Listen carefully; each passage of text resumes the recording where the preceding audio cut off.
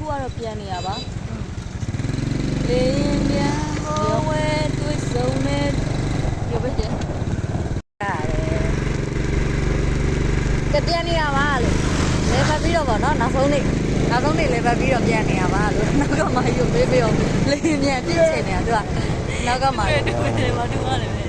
ဘာတူရလဲရတယ်ဒီစိဗောနော်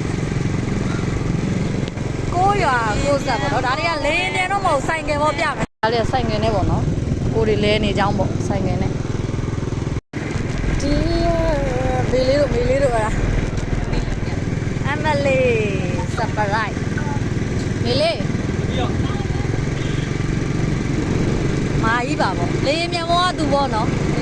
ဆိုင်ကယ်ဘော